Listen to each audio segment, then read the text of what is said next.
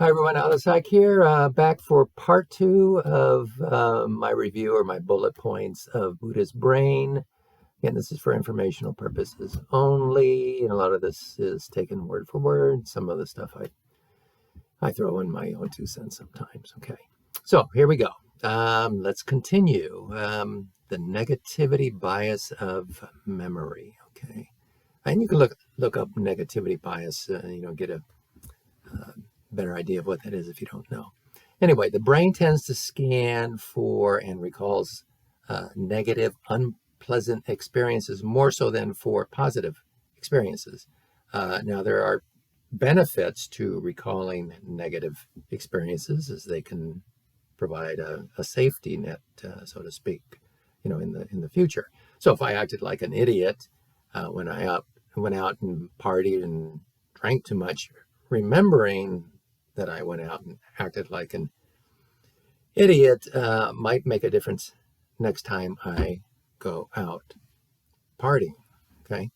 Now, the authors suggest not to suppress negative experiences, but rather to foster positive experiences, and in particular to take them in so they become a permanent part of you.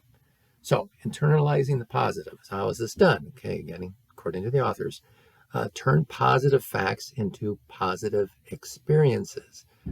Good things happen all around us, but much of the time we don't notice them. And when we do, we hardly feel them. So, bring a mindful awareness of the positive experiences that happen, even the little ones. Okay.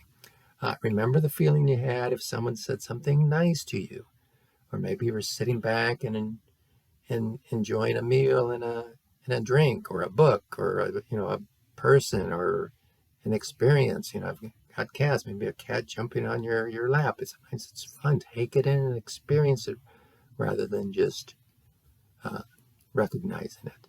Okay. Savor the experience, they say. Stay with the experience for a while, 10 or 20 seconds before your mind wanders off. Remember, neurons that fire together, wire together. So feel the experience. Pay attention to how you like the experience and the rewarding aspects of the experience. And finally, imagine that experience entering deeply into your mind and body. Okay, absorb it. Okay. They mentioned that painful experiences are often best healed by positive experiences that are their opposite. So, for example, replacing childhood feelings of being weak with a current sense of strength. So, if sadness comes up from mistreatment in an old relationship, maybe, recall being loved by other people and let those feelings sink in. Okay, so we're kind of counteracting. Now, a good activity for children at the end of the day might be thinking about things that went well and made them happy and let the feeling sink in. So again, this goes back to remembering that neurons that fire together, wire together, they become stronger. Okay. I thought this was very important. Companionship, even if only imagined, activates the brain's attachment circuitry.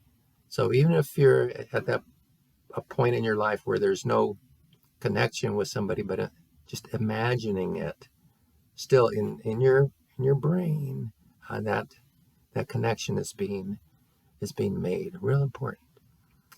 A couple more things. Recognize the fleeting nature of rewards. So often you buy something and then you find the shine and excitement kind of fades in a relatively short period of time. So know this. Often the same is true for painful experiences. A lot of times you have traumas and you're re-experiencing them, but usually the pain associated with an event can fade relatively quickly.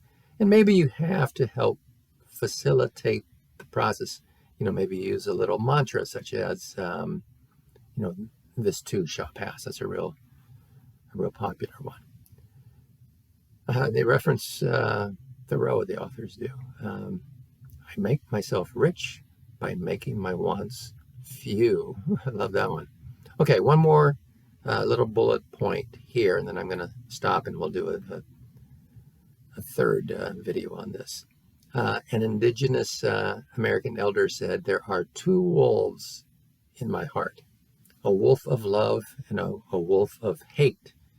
It all depends on which one I feed that day." So in my mind, you can look at this from a behaviorist point of view. We can reinforce our wolf of hate, or we can reinforce our wolf of love. And it goes back again to neurons that fire together, wire together.